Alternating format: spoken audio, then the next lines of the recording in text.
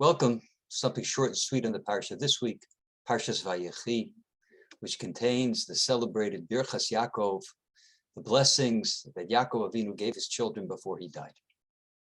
The Balei Musar explained that what Yaakov Avinu was doing was pointing out to his children their fundamental qualities. Some, the Torah tells us, their fundamental positive quality, and some their positive negative quality. The Balei Musar say that every single person is born with one gem of a character trait. You know that child that's so painfully truthful, or that child that's so kind? Similarly, every person has part of their character which is, well, let's say it nicely, underdeveloped, a black hole in their personality. And they explain that if a person will develop his positive character trait, all the other character traits will come along. So that fellow who's an ish emes is a truthful person. If he will develop his truthfulness, his honesty, he will become a great bal chesed, kindness, because the truth of the matter says that he should be kind. And even if he's a bit lazy, but if he's a truthful person who realizes the importance of what he has to do and getting it right, doing it in the right fashion, develop that midah and everything will come along. And similarly, the negative side, a person needs to keep away from that bad character trait, build a fence around it, be very careful with it. He might have been born exceedingly jealous. He might have been born exceedingly proud, and he has to realize that. And if he does, then he can guard himself. When it comes to the tribe of Dan, Dan Yodin Amot, Dan will judge his people.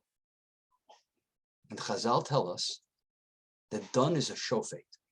Dan is about justice. The great shofet Shimshon came from Dan. And yet there's a Gemara that says that there was a fellow who was overly litigious. This fellow could not compromise. Anytime someone had a claim against him, he would say, take me to court, go ahead and sue me, or I'll sue you. There was no pshara, no compromise. There was no arbitration. He was always, take me to court. And the Gemara says, it can be assumed that that fellow is from the tribe of Dan. Now that seems strange. Because when the Torah says, Dan, Yodin, Amot, Dan will judge his people, our sages assume that that's a positive thing. And yet the Gemara says that this fellow,